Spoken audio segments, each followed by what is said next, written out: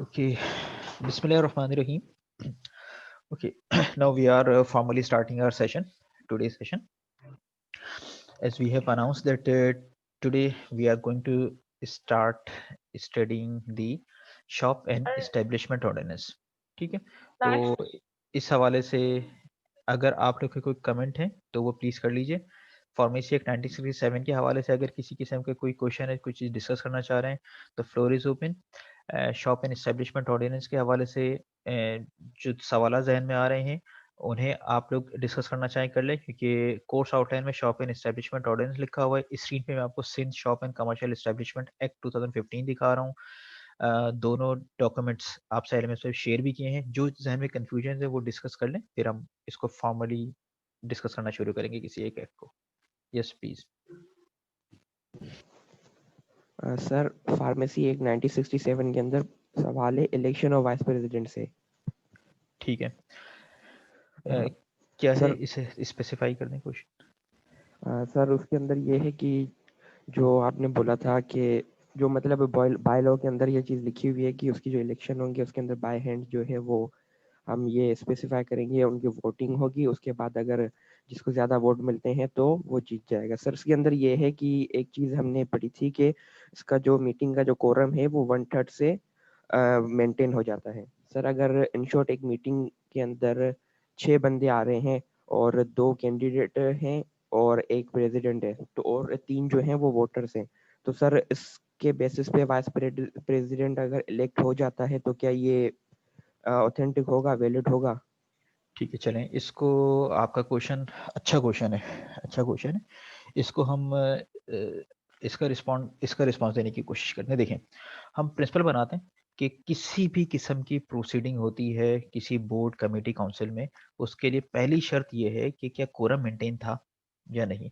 अगर कोरम पूरा है तो सब कुछ मान लिया जाएगा, कि मतलब जो भी प्रोसीडिंग्स हैं उसमें कोई मसला नहीं है, क्योंकि मीटिंग अचानक होती नहीं है, अनाउंस्ड होती हैं, सब लोगों को पहले से पता होता है। हाँ, अगर किसी किस्म की कोई अनफोर्सिन कंडीशन आ जाए, फॉर एग्जांपल उस दिन जैसे हम कराची की बात करें ना, अगस्त में बारिश हो गई, पहुंच ही नहीं सकते, क्या करेंगे। ऑनलाइन अटेंड करने का मसला है, इंटरनेट काम नहीं कर रहा, तो इस तरह की चीज़ आ सकती हैं। पहला जवाब ये है कि अगर कोरम पूरा है तो सब चीज़ें वैलिडेटेड हैं। ठीक। दूसरी चीज़, पर्टिकुलरली वाइस प्रेसिडेंट इलेक्ट होता है पहली मीटिंग में, और पहली मीटिंग अटेंड करना तकरीबन मैंडेटरी ही होता है। सबसे कंसर्न ये है कि भाई आप इस तारीख को आ जाएं, क्योंकि पहली मीटिंग है, उस मीटिंग से आपका टीन्योर शुरू होता है। फॉर एग्जांपल अभी 20 नवंबर 2020 को नोटिफाई हुआ था फार्मेसी सेंट्रल काउंसिल की मैं बात कर रहा हूँ। सेंट्रल काउंसिल नोटिफाई हुई, इनकी मीटिंग हुई, मेरे ख्याल अखबारों में पब्लिश भी हुआ था, मुझे एग्जैक्टली डेट याद नहीं आ रही, 4 दिसंबर थी या 6 दिसंबर, इस तरीके की कोई डेट थी। न्यूज़ कटिंग्स आई हैं। तो मीटिंग हुई, इस मीटिंग में वाइस प्रेसिडेंट इलेक्ट हो गए। इसी तरीके से प्रोविंशियल है, प्रोविंशियल की शायद 20 या 21 जुलाई या 27 जुलाई इस तरीके का नोटिफिकेशन था, उनकी मीटिंग हुई, उनका भी वाइस प्रेसिडेंट इलेक्ट हो गया। तो उसमें मुझे नहीं पता कितने लोग थे कितने लोग नहीं थे, आम चूंकि पहली मीटिंग होती है तो तकरीबन सभी लोग ही मौजूद होते हैं। किसी वजह से सब लोग मौजूद ना हो तो ये देखा जाएगा कि कोरम पूरा है, कोरम पूरा है तो सब कुछ लेजिटिमेट है, कानूनी है, कोई सा मसला नहीं है। ठीक है, कोई और चीज़। हाँ जी सर। सर आपने ये बात की थी कि सेंट्रल काउंसिल जो है वो अपना एक्सपेंस एक तो गवर्नमेंट के थ्रू करती है, दूसरा ये कि बायलॉ के अंदर ये चीज़ मेंशन थी कि वो सेल ऑफ रिपोर्ट और अदर पब्लिकेशंस को से अपनी फाइनेंस को मैनेज करती है। सर तो ये सेल ऑफ रिपोर्ट किस चीज़ की होगी और पब्लिकेशन किस चीज़ की?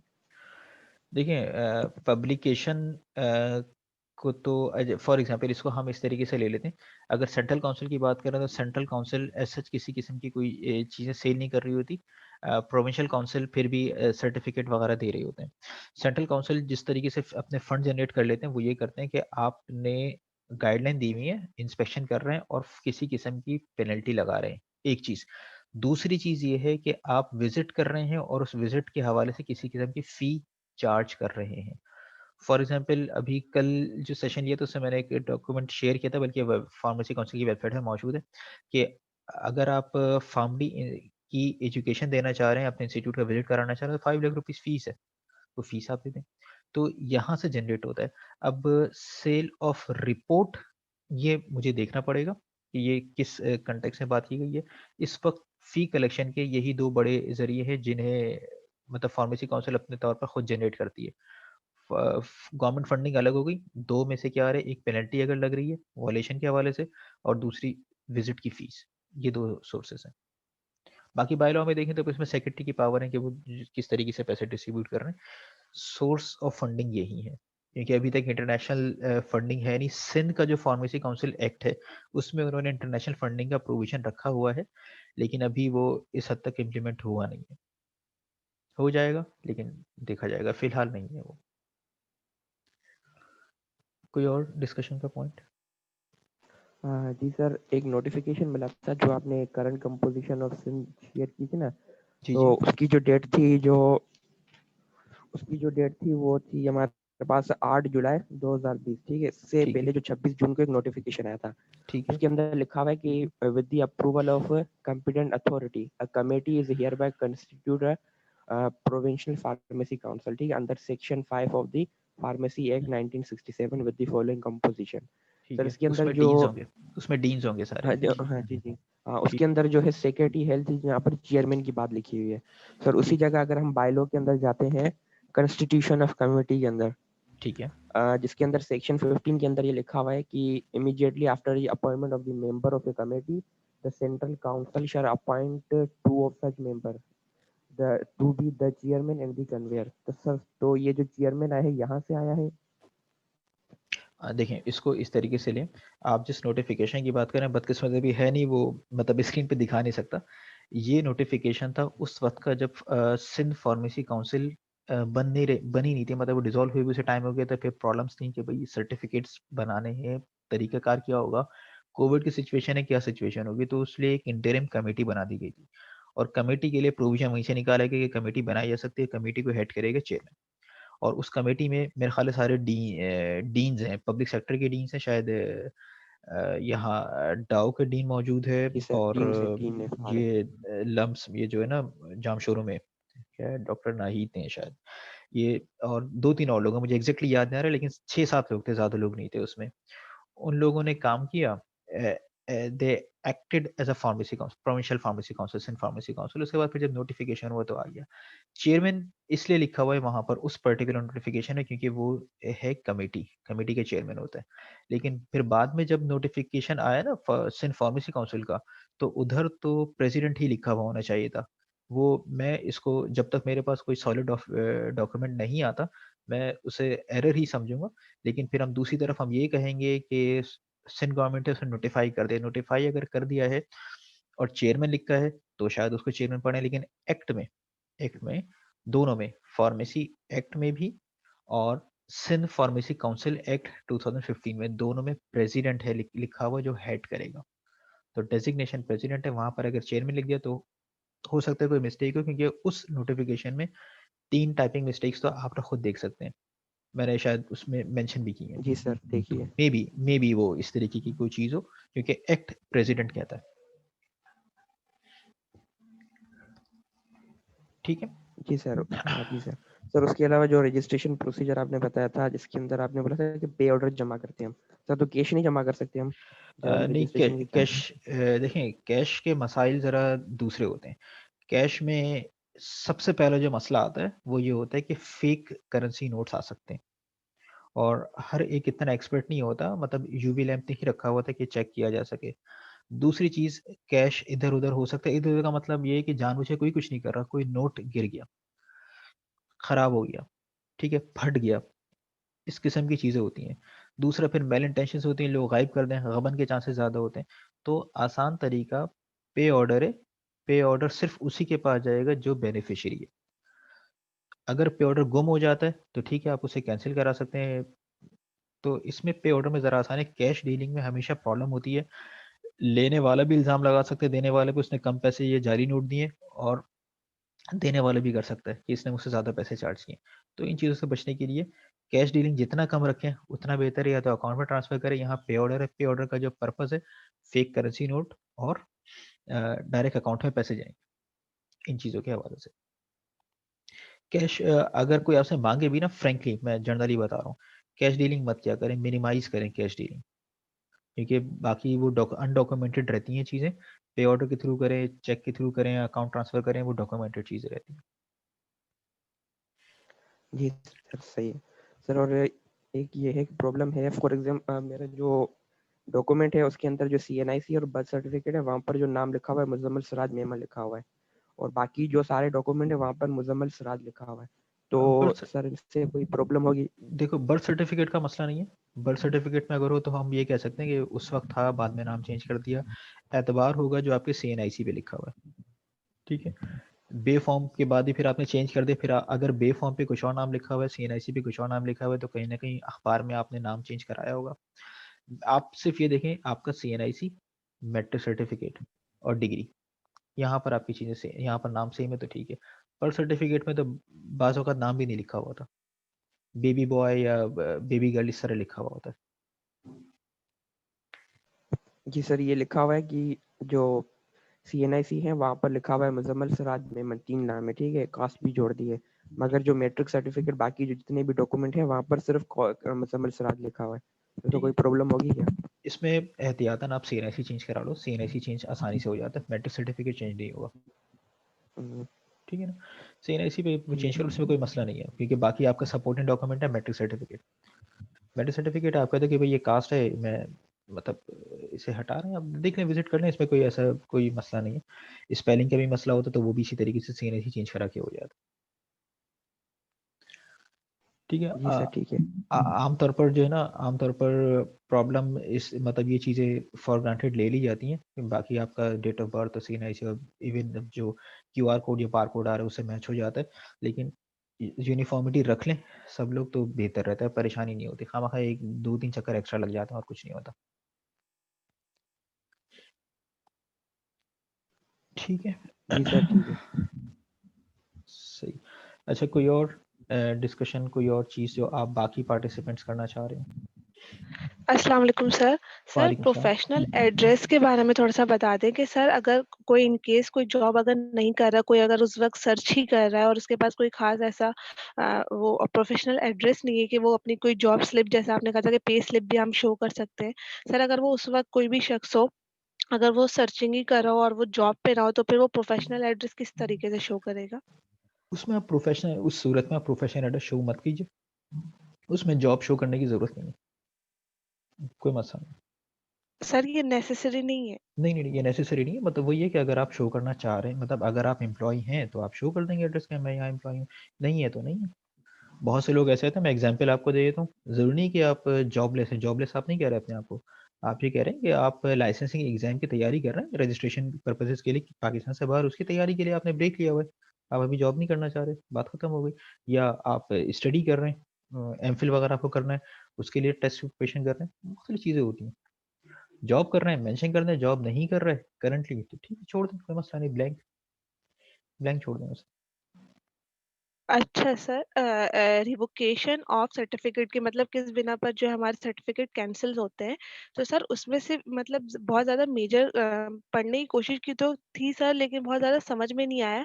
क्या ये वाला रीज़न सबसे ज़्यादा वैलिड होता है कि जैसे कुछ लोग जो अपने जो लाइसेंस होता है वो सेल आउट भी कर रहे होते हैं, मतलब वो खुद वहाँ मौजूद नहीं होते लेकिन वो फार्मेसी चल रही होती है। तो इन केस कोई इंस्पेक्शन हो जाए तो इस वजह से सर्टिफिकेट या लाइसेंस हमारा कैंसिल हो जाता है, या फिर ज़्यादातर क्या भी रीज़न्स हैं? ज़्यादातर क्रिमिनल एक्टिविटी में इन्वॉल्वमेंट, या किसी का जो ज़हनी तवाज़ुन है वो उस लेवल पर नहीं है कि वो कैलकुलेशंस कर सके, प्रिस्क्रिप्शन को रीड कर सके। ठीक है, ये दो, और तीसरा फिर एक किसी किस्म के माली मामलात में या अखलाकी मामलात में जो है वो खयानत कर रहे हैं, तो उस सूरत में कंप्लेन होती है, तो फार्मेसी काउंसिल ये कहा जाता है कि भाई ये चूंकि इनके साथ ये 2 से 3 मामलात हैं, कोई भी मामला है, तो इसलिए ये प्रोफेशन को प्रैक्टिस नहीं कर सकते, इसलिए इनका लाइसेंस कैंसिल किया जाए। तो अभी तक मेरी नॉलेज में है नहीं, शायद किसी का हुआ हो। फार्मेसी काउंसिल के पास जो इशूइंग अथॉरिटीज है, फार्मेसी काउंसिल, उसके पास अथॉरिटी है, वो रिवोक कर ले इस सर्टिफिकेट को।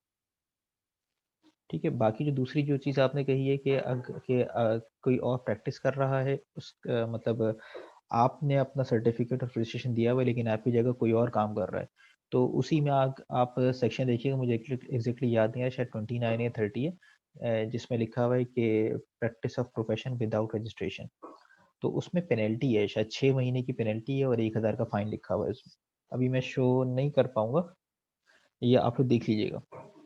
तो वो जी सर, जी है ठीक है ना। एग्जामिनेशन ऑफ रजिस्ट्रेशन में। हाँ, तो फिर वो जो बंदा ऑन द स्पॉट मौजूद होगा उसके ऊपर ही चार्जेस लगेंगे, और जिसने अपना सर्टिफिकेट दिया हुआ था, प्रॉब्लम तो उसके साथ भी आनी है कि आप एब्सेंट क्यों थे, आप का यहाँ पे लिखा हुआ था, लाइसेंस में लिखा हुआ है कि आपके अगर सेल नहीं होगी तो आप हैं क्यों नहीं यहाँ।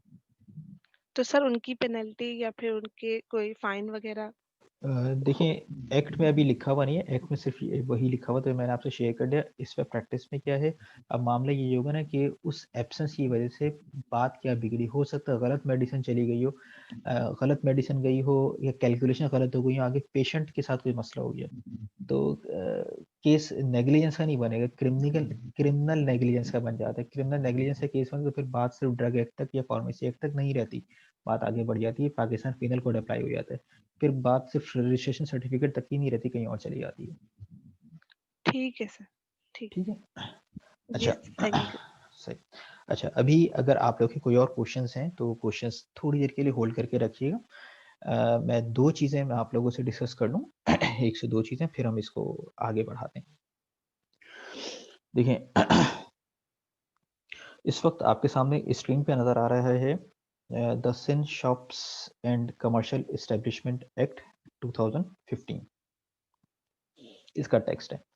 अब कोर्स आउटलाइन को अगर आप देखें तो कोर्स आउटलाइन में आपके पास लिखा हुआ है कि आप shop the West Pakistan shop and establishment ordinance 1969 पढ़ेंगे। फिर जब आप लोग भी सर्च करें गूगल पे, अगर आप लोग सर्च करें तो आपको West Pakistan shop and establishment ordinance 1969 भी मिलेगा, लिंक भी शेयर किया हुआ है आपसे, और आपको Sindh shop and commercial establishment act 2015 भी मिलेगा। ये आपके सामने स्क्रीन पर मौजूद है, ये स्क्रीन पर मौजूद है, टेक्स्ट लिखा हुआ है कि ये एक्ट 2015 था, 21 मार्च 2016 को सिंध असेंबली ने पास किया, और उसके 25 अप्रैल से पब्लिश हो गया, और अब ये एक्ट ऑफ द पार्लियामेंट है। अब इन दो में से हम किसको मानेंगे कि क्या चीज़, कौन सा लॉ इस वक्त एप्लीकेबल है, तो आप लोगों को एक्ट के अंदर ही इसका जवाब ढूंढना आता है। आज की तारीख में मैं पूरी उम्मीद हूँ कि आप लोग समझ सकते हैं कि कौन सा एक्ट वैलिड होगा। 1969 के ये वाला जो आपको स्क्रीन पे नजर आ रहा है 2015 का, इसमें आप क्या करेंगे, आप सिंपल सर्च करेंगे इसमें repeal and saving, repeal and saving आप सर्च करेंगे। रिपील एंड सेविंग आपने सर्च किया, ये देखिए सेक्शन 34, सेक्शन 34 में ये रिपील एंड सेविंग की ये हेडिंग स्क्रीन पे देख सकते हैं ना आप लोग। जी सर। ठीक है, इसमें अगर आप लोग पढ़ेंगे तो यहाँ लिखा हुआ है the provisions of the shop and establishment ordinance 1969 hereinafter refer to as the repealed ordinance, मतलब ये ऑर्डिनेंस जिसको अब हम रिपील ऑर्डिनेंस का ही नाम देंगे, in its application to the province of Sindh are hereby repealed. तो इस एक्ट में 2015 के एक्ट में जो 2016 में अप्रूव हुआ था, कह दिया गया है कि shop and establishment ordinance 1969 has been repealed, खत्म, एटलीस्ट प्रोविंस ऑफ सिंध के अंदर अब ये एप्लीकेबल नहीं होगा। यही चीज पंजाब में भी हुई है, आप लोग सर्च कीजिएगा तो पंजाब का भी ऐसे ही ऑर्डिनेंस बना हुआ है, shop and Punjab shop and establishment ordinance, वो शायद 2014 का बना हुआ है, 13 का या 16 का एग्जैक्टली मुझे याद नहीं है। सिंध का मैंने आपके सामने रख दिया। तो ये आपके पास एविडेंस है जिसकी वजह से हम ये पढ़ेंगे, shop and establishment shop and commercial establishment act 2015 हम पढ़ेंगे। डॉक्यूमेंट मैंने आपके साथ west Pakistan shop and establishment ordinance 1969 का भी शेयर कर दिया, आप उसे भी देख लीजिएगा, तकरीबन सेम है, कहीं कहीं पर चेंजेस हैं। तो अगर हम साथ साथ कंपेयर करेंगे तो कंफ्यूजन के चांसेस आ सकते हैं। फिलहाल हम ऐसा करते हैं कि पहले हम इस एक्ट को कम्प्लीटली पढ़ लेते हैं, कंप्लीटली पढ़ लेते हैं, उसके बाद फिर जब आप जब पढ़ चुके होंगे ना, फिर आपको उसको कंपेयर करना आसान होगा कि डेफिशिएंसी से डिफरेंसेस कहाँ कहाँ पर है। ठीक है। ठीक है सर। अच्छा अच्छा, अब इसके बाद फिर ये सिलसिला है कि ज़रा देखें, shop and commercial establishment act है ना, तो डेफिनेशन ज़रा समझने की कोशिश करते हैं कि शॉप किसे कहते हैं और कमर्शियल इस्टेब्लिशमेंट किसे कहते हैं। तो जब हम शॉप की बात करेंगे तो देखिएगा, शॉप की डेफिनेशन अल्फ़ाबेटिकल अरेंजमेंट है, हियर इट इज़, कहाँ लिखी हुई है ये, क्लॉज वी, क्लॉज वी में है। फिर आगे ऊपर आप लिंक देख लीजिएगा कि सब सेक्शन 1 ऑफ सेक्शन 2 है या 3 है डेफिनेशन का। अच्छा, शॉप का मतलब क्या है, शॉप का मतलब है हर वो प्रेमिसेस जो मुकम्मल तौर पे इस्तेमाल हो रही हो या पार्टली इस्तेमाल हो रही हो, होलसेल पर्पजेस के लिए, रिटेल सेल के लिए। ऑफ कमोडिटीज और आर्टिकल्स। कमोडिटीज मतलब ये आटा, चीनी, दाल, चावल, इस तरीके की चीज़ें हो गई। आर्टिकल्स हैं फिर आप जो पैक चीज़ें हो रही होती हैं, आप खोल के पैक नहीं कर रहे होते, उनको आप काउंट कर लें, फिर और चीज़ आ जाती है। आदर फॉर कैश और ऑन क्रेडिट, दोनों चीज़ें हो गई। सेटलमेंट का तरीका भी हो गया। या जहाँ पर आप सर्विसेज प्रोवाइड कर रहे हैं, सर्विसेज आप प्रोवाइड कर रहे हैं कस्टमर्स को, और इस शॉप में किसी किस्म का ऑफिस, स्टोर, गोदाम, वेयर हाउस शामिल होगा, चाहे वो उसी प्रेमिसेस में हो, सेम प्रेमिसेस में हो, या किसी और प्रेमिसेस में हो, लेकिन सेम ट्रेड से रिलेटेड होना चाहिए। तो शॉप आप कह रहे हैं ऐसी जगह जहाँ पर रिटेल और होलसेल दोनों हो, कमोडिटी और आर्टिकल के, उसकी डीलिंग भी हो रही है, कैश और क्रेडिट की डीलिंग भी हो रही हो, और उसका ऑफिस, स्टोर, गोदाम वगैरह सब कुछ इसके अंदर शामिल होगा। ठीक है, इसे आप शॉप कह रहे हैं। इसको अप्लाई करने के लिए आप ये कह लें कि जो आपका क्लासरूम होता है, क्लासरूम आपका शॉप की कैटेगरी में आ सकता है। क्या क्लासरूम शॉप की कैटेगरी में आएगा? कोई भी क्लासरूम सर नहीं आएगा, उसके नहीं अंदर आएगा? हम नो सर। No sir. ठीक है, चलें, सही है, क्लासरूम में आएगा। इसी तरीके से डॉक्टर्स के जो क्लिनिक्स होते हैं, क्लिनिक्स इस कैटेगरी में आएंगे? No sir. नहीं आएंगे। ठीक है, अच्छा, मैं अभी यहाँ पर एक छोटा सा ब्रेक ले रहा हूँ, और एक ब्रेक ले रहा हूँ मैं। Okay, welcome back after the short break, इसी तरह बोलते हैं ना टीवी शोज में।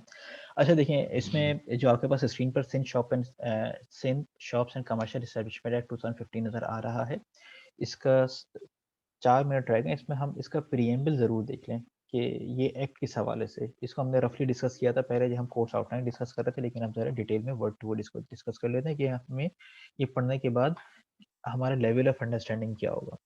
अच्छा, एन एक्ट, यहाँ से हम पढ़ना शुरू करते हैं, बल्कि आप में से कोई रीड कर ले, कोई भी आप में से रीड कर। an act to amend and consolidate the law relating to the hours and other conditions of work and ठीक है, employment. ठीक है, मुज़म्मिल 1 मिनट रुकें, यहीं पर ही रुक जाएं। एक तो है relating to the hours and other conditions of work, मतलब ये वर्क कंडीशन के हवाले से हो गया। ठीक है, इसके बाद का कोई और पढ़ ले, condition of work and, and के बाद का कोई और रीड कर ले please. An employment of person employed in shops and commercial, industrial and other establishments in the province of Sindh. Province of Sindh, ठीक है। अच्छा, अब इसमें अगर हम इसको रफली देखें तो इस प्रीएम्बल को हम 3 पोर्शंस में डिवाइड कर सकते हैं। एक हो गया वर्किंग आवर्स, शॉप या इस्टेब्लिशमेंट कितने बजे आप ओपन करेंगे, कितने बजे क्लोज करेंगे, वर्किंग आवर्स कितने होने चाहिए, एक एस्पेक्ट ये हो गया। दूसरी चीज़ ये होगी term of employment, employment of person और कॉन्ट्रैक्ट क्या चीज़ होती है, परमानेंट एम्प्लॉय क्या होता है, क्या बेनिफिट होते हैं, एडहॉक क्या होता है, टर्मिनेट करना होगा तो किस तरीके से टर्मिनेट करेंगे, छुट्टियाँ कितनी होंगी, ठीक है, छुट्टियाँ कितनी मिलेंगी, और अदर बेनिफिट्स क्या होते हैं। तीसरी चीज़ फिर इसमें आ रही है कि शॉप्स, कमर्शियल, इंडस्ट्रियल और अदर एस्टेब्लिशमेंट, इसमें किस तरीके से मामला चलेंगे, क्योंकि आप ऑफिस में मामला थोड़े अलग होते हैं, 9 टू 5 की जॉब होती है। इंडस्ट्रीज़ में या जहाँ कमर्शियल प्रोडक्शन हो रही होती है, वहाँ ज़रूरी नहीं कि आप 5 बजे सब कुछ बंद करके चले जाएँ। ऑर्डर है, मशीन चल रही है, ओवर टाइम लगाना पड़ता है। तो ऑफिसेज़ में इतना रिवाज नहीं होता ओवर टाइम का, यहाँ पर ओवर टाइम का रिवाज होता है। तो इन 3 एस्पेक्ट से हमें करना पड़ेगा। जब हम इन चीज़ों को देखें तो it is directly related to you. जब आप जॉब कर रहे होंगे कहीं पर, तो आपको ये तमाम चीज़ें, लॉ, इस वक़्त एग्ज़िस्टिंग लॉ क्या कह रहा है, ये आपको पता होना चाहिए।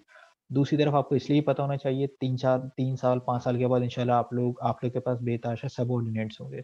तो उन सबऑर्डिनेट्स को कहाँ तक रिज़र्वेशन देनी है और कहाँ तक रिज़र्वेशन नहीं देनी, उसकी अंडरस्टैंडिंग के लिए आपको ये एक्ट पढ़ना ज़रूरी है। तो हम सिर्फ़ हम ये कर लेंगे, डेफिनिशंस तो हम टाइम टू टाइम पढ़ते रहेंगे। हम शॉप और एस्टेब्लिशमेंट और कमर्शियल इंडस्ट्रियल एस्टेब्लिशमेंट की अंडरस्टैंडिंग को क्लियर करेंगे पहले डेफिनिशन में, और उसके बाद फिर हम आगे बढ़ जाएँगे। ठीक है? मैं इस मीटिंग को यहाँ पे क्लोज़ कर रहा हूँ, और इसके बाद आप लोगों से नया लिंक शेयर करूँगा।